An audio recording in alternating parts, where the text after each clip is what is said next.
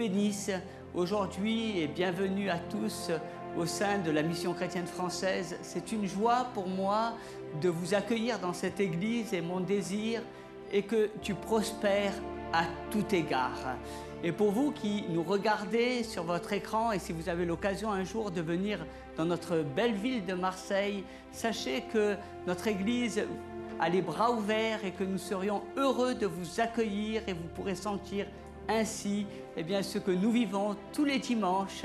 Et pour nous, c'est une grâce et une joie de vous voir bientôt. Nous allons proclamer « À toi notre Dieu soit l'honneur, la force, la puissance et la gloire, d'âge en âge et d'éternité en éternité, au siècle des siècles. Amen. À toi notre Dieu soit l'honneur, la force, la puissance et la gloire, d'âge en âge et d'éternité en éternité, au siècle des siècles. Amen. Saint, Saint, Saint est l'Éternel des armées. Toute la terre est remplie de sa gloire. Saint, Saint, Saint est l'Éternel des armées. Toute la terre est remplie de sa gloire. Saint, Saint, Saint est l'Éternel des armées. Toute la terre est remplie de sa gloire.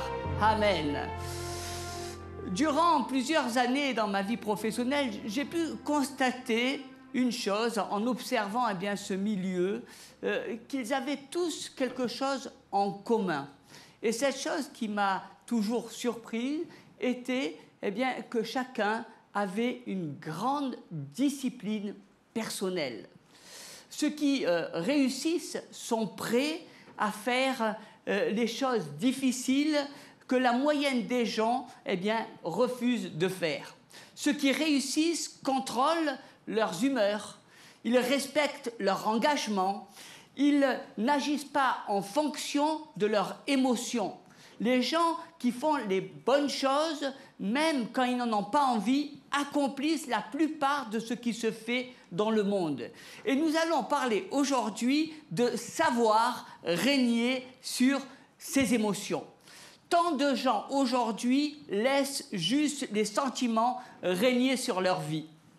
Ils se sentent au-dessus des autres et ils prennent un regard hautain. Ils sont prétentieux. Ils ont envie d'envoyer balader quelqu'un et ils envoient balader cette personne. Ils se sentent paresseux et alors ils sont paresseux. Ils se sentent dépressifs et alors ils font tout pour devenir dépressifs. Mes amis, nous ne pouvons pas agir juste par nos impulsions émotionnelles et espérer avoir des victoires dans notre vie.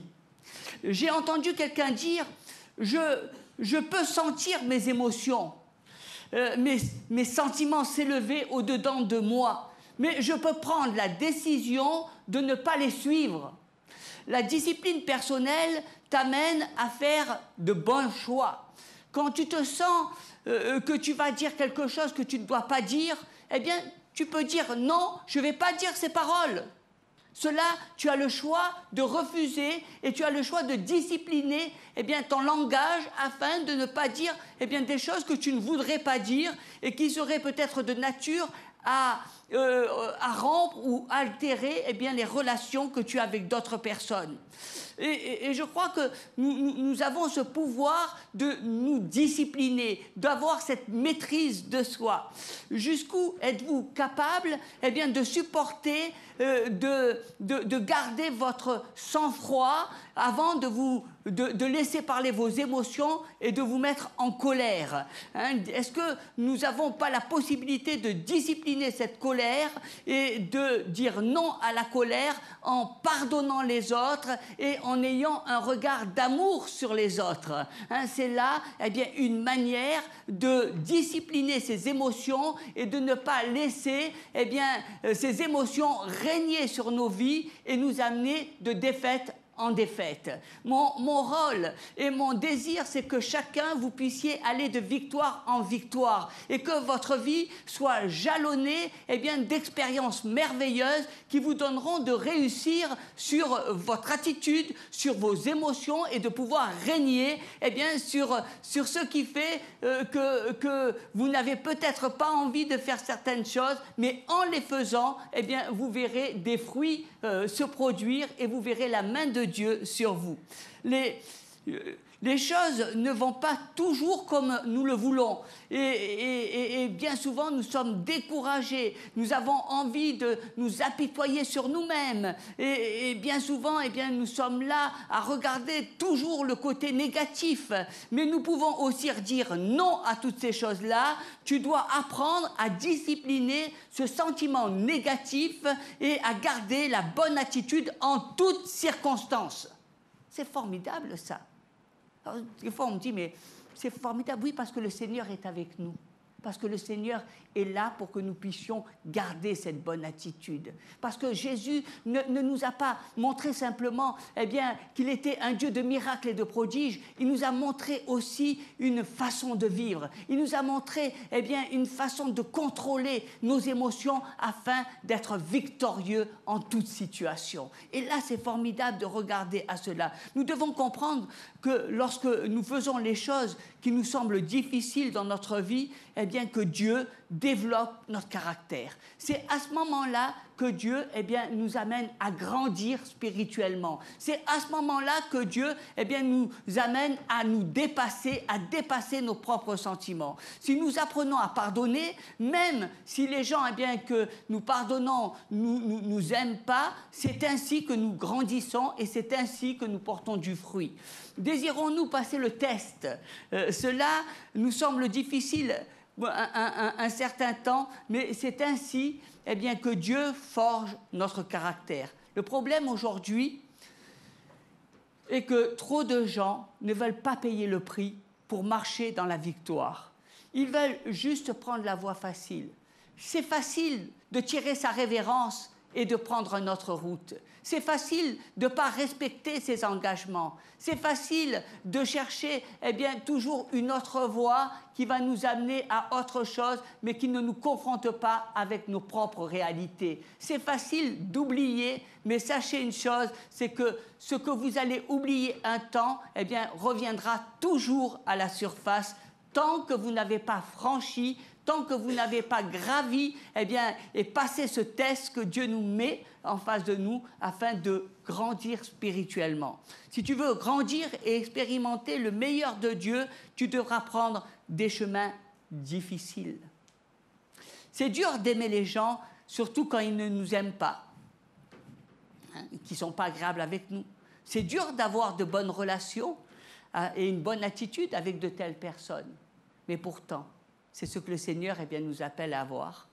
Cela nous met dans une situation bien souvent inconfortable. Mais je voudrais vous dire qu'il y a deux sortes de chemins. Il y a d'abord la difficulté, la première difficulté, c'est de se discipliner dans sa vie, d'avoir une discipline de vie, d'avoir une discipline personnelle au travers du lever, au travers du moment où tu vas te coucher, au travers du moment où tu vas avoir un planning que tu vas respecter, au moment où tu vas discipliner ton corps, tes pensées, ta vie.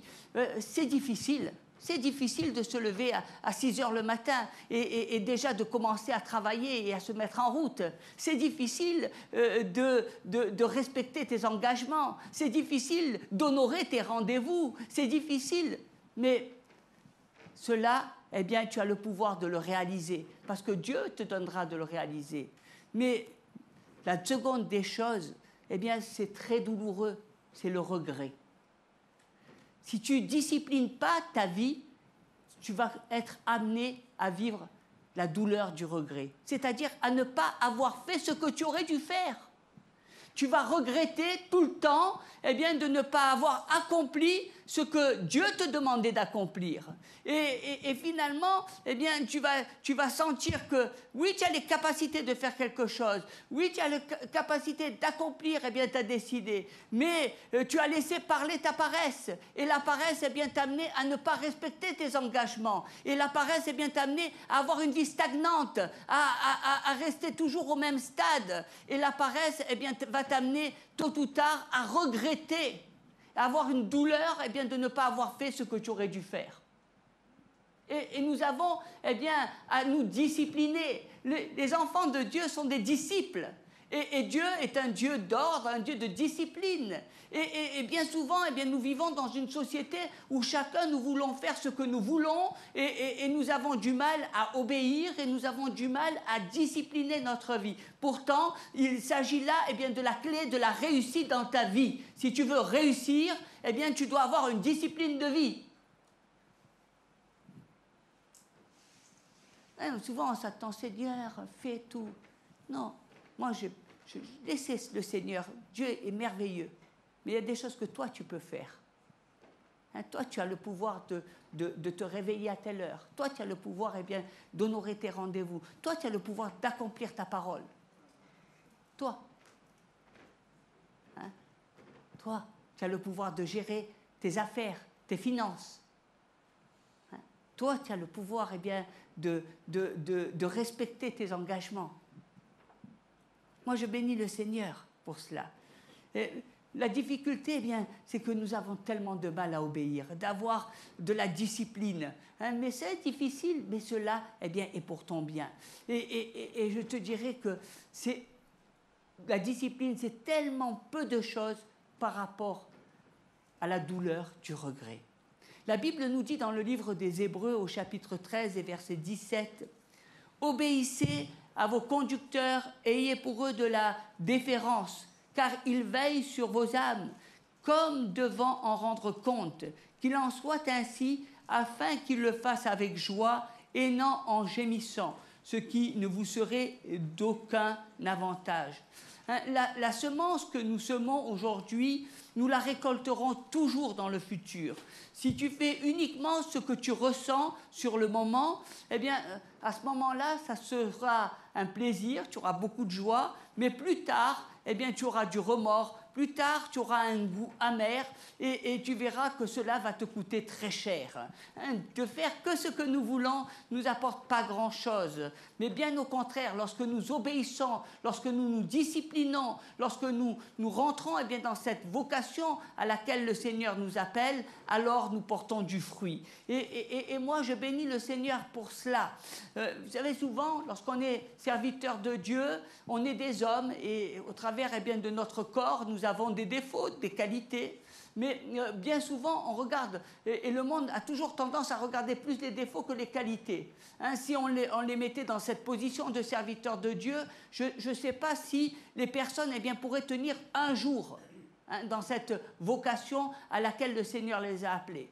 Mais il n'en demeure pas moins qu'on a tellement tendance à regarder avec un œil critique, avec un œil toujours à remettre en cause, en question, soit le charisme, soit les dons, soit tous ces paroles et qui amènent eh bien, les serviteurs à porter eh bien, des fardeaux et bien souvent à exercer leur ministère dans les gémissements au lieu de vivre dans la joie. Et le Seigneur nous dit, mais tout cela eh bien, n'est pas pour votre joie, n'est pas pour votre plein accomplissement. Ça ne vous sert à rien, toutes ces choses-là. Combien nous devons savoir et revenir à des bases, combien nous devons avoir aussi ce respect eh bien, de ces hommes qui ont servi et qui servent le Seigneur et avoir de la déférence et obéir. Obéir. Aujourd'hui, ça ne veut plus dire grand-chose, mais pourtant, si la parole de Dieu nous montre bien, enfants, obéissez à vos parents. Et les parents eh bien, doivent amener et conduire les enfants à marcher eh bien, selon des voies droites. L'obéissance, la discipline, c'est pas facile d'être obéissant. Quand on est une jeune fille ou un jeune homme, qu'on a envie de sortir et d'être avec des amis et des copains et des copines et rentrer eh bien, dans tout ce que le monde nous offre comme séduction. C'est pas facile d'être obéissant. Mais combien la sagesse eh bien, des parents est là pour éviter bien des embûches et bien des difficultés. Et combien eh bien, les enfants regretteront et paieront amèrement eh bien, leur désobéissance en n'écoutant pas leurs parents et en expérimentant eh bien, une vie de débauche. Ça vient vite, ça vient beaucoup plus vite qu'on ne le pense. Et Dieu nous amène à vivre ces choses. Si tu apprends à régner eh bien, sur tes sentiments, sur tes émotions, à avoir une discipline personnelle et une obéissance aux serviteurs, alors tu auras les clés d'une grande victoire et tu auras les clés d'un grand leader. Hein? L'obéissance. L'obéissance, c'est pas facile, parce que l'obéissance, c'est faire des choses souvent que je n'ai pas envie de faire. Mais discipliné, sachez que quand vous êtes discipliné, vous ne faites pas toujours ce que vous avez envie de faire. Il y a des choses que vous n'aimez pas faire, mais vous devez les faire. Et je bénis le Seigneur pour cela. Mais la bonne attitude, je dirais que c'est toujours de regarder à Jésus. Moi, je bénis le Seigneur parce qu'au travers des vicissitudes, au travers des problèmes, au travers des afflictions, un serviteur de Dieu apprend une chose. Il connaît son maître. Et le maître, c'est le Seigneur. Il ne regarde pas aux difficultés, il ne regarde pas la tourmente, il regarde toujours à Jésus. Parce que c'est le Seigneur qui est le maître de toutes choses. C'est le Seigneur qui vous fait justice. C'est le Seigneur qui s'occupe de tous vos adversaires. C'est le Seigneur qui ramène et restaure toute situation. Et quelquefois, on ne comprend pas des situations. Quelquefois, ça nous échappe. Quelquefois, on ne comprend même pas pourquoi Dieu agit de telle ou telle façon. Mais nous savons que quelquefois, il y a des mal pour un bien. Des fois, il y a des choses qui se passent dans les églises qui pour un temps paraissent difficiles, mais qui amènent un bien parce qu'elles amènent quelque chose de nouveau, elles amènent une transformation dans l'Église. Et nous devons regarder à ce que le Seigneur nous montre, et non pas regarder à cet aspect émotionnel, ce qui nous anime. Si tu t'arrêtes de passer du temps, et si tu arrêtes aussi de te focaliser sans cesse sur ce qui ne va pas, les critiques, tes problèmes, tes difficultés, si tu arrêtes de te focaliser sur ces choses-là, et si tu te focalises bien au contraire sur ton travail, si tu te focalises sur ce que Dieu veut que tu fasses, alors là tu verras les choses transformées. Et moi je bénis le Seigneur parce que c'est à cela que le Seigneur nous appelle, à voir les choses aller de l'avant. Les Écritures nous disent dans le livre de 1 Pierre, la première épître au chapitre 4 et verset 12, « Bien-aimés, ne soyez pas surpris comme d'une chose étrange qui vous arrive de la fournaise qui est au milieu de vous pour vous éprouver. » Ça surprend, mais parce qu'on se dit, mais la fournaise qui est au milieu de nous, cela, bien souvent, ce sont des épreuves de la vie. Ce sont les épreuves que nous devons passer et Dieu est en train de tester notre caractère. Dieu est en train de savoir si nous sommes capables de marcher selon la parole, si nous sommes capables de franchir une étape supplémentaire, si nous sommes capables de grandir spirituellement ou si nous sommes toujours au même stade spirituellement. Hein? Et moi, je bénis le Seigneur parce que c'est à cela que le Seigneur nous appelle.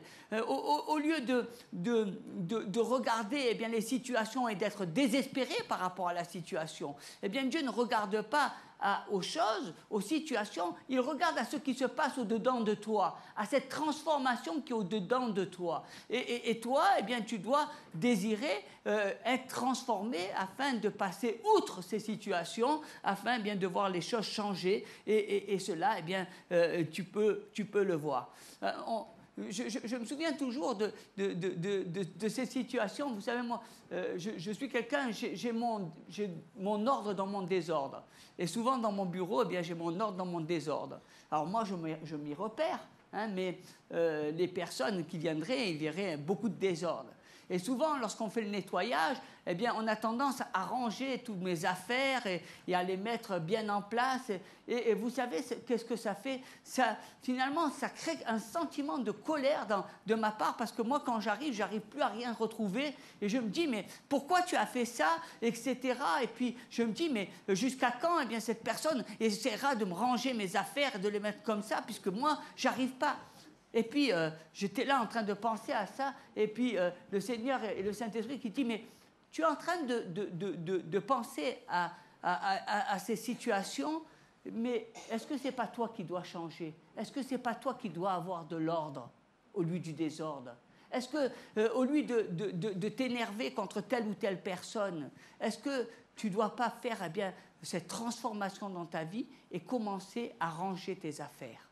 Et je crois qu'à partir de là, eh bien, on comprend combien de personnes vivent avec des papiers à droite, à gauche, qui traînent de partout. Et lorsqu'ils ont besoin d'un papier, ils ne les trouvent plus. C'est la croix et la bannière. Ils sont en train de chercher à droite, à gauche, où je l'ai mis, où j'ai fait. Ils l'ont oublié. On a l'impression qu'ils seront même capables d'oublier leur tête. Hein? Je crois que Dieu est un Dieu eh bien, qui veut que nous ayons de la discipline. Hein? Discipline dans notre vie, de l'ordre dans nos affaires. Et Dieu veut, au lieu de nous énerver, eh bien, que nous puissions régner sur nos émotions et dire, Seigneur, eh bien, moi, je veux changer. Hein, il y a des personnes aussi, certainement, autour de chacun de nous, qui nous rendent nerveux. Il y a des gens comme ça, c'est allergique, tu sais, tu te dis, ils sont là, tu les vois, ils travaillent avec toi, etc. Mais quelque part, tu te dis, mais quand tu les vois, tu crispes. Et tu dis, mais Seigneur, mais pourquoi tu me mets des personnes comme ça qui sont là, ils me rendent nerveux, hein, à tourner autour de moi, etc. Et tu es là en train de crisper sur ces choses-là. Mais et tu es là à dire, Seigneur, mais enlève-moi ces personnes, mets-moi des gens tranquilles, que j'aime bien, qui soient... Sache une chose, c'est que Dieu est en train de tester ton caractère. Tu n'auras pas toujours des gens qui te sont favorables, tu auras aussi des gens qui sont nerveux, tu auras des gens qui seront carrément différents de toi, tu auras des gens qui vont avoir un caractère opposé à toi. Et quelle est la bonne attitude ? L'attitude de Dieu, tu la connais, c'est de pouvoir les aimer, c'est de les apprécier, c'est de les regarder non pas d'une manière nerveuse en te mettant en colère, mais bien au contraire, eh bien, c'est de pouvoir apporter un regard d'amour sur ces personnes. C'est ça que Dieu veut. Et si tu fais cela, eh bien, tu grandis spirituellement et ton caractère devient de plus en plus fort. Et si tu rentres bien dans cette vision de Dieu, la bénédiction de Dieu sera sur toi.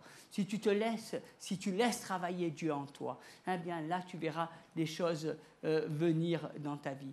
Si tu gardes la bonne attitude et que tu fais le bon choix, tu passeras le test et Dieu va te permettre eh bien, une promotion.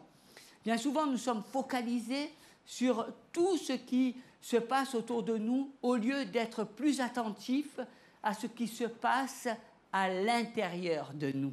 Hein? C'est le test de notre foi.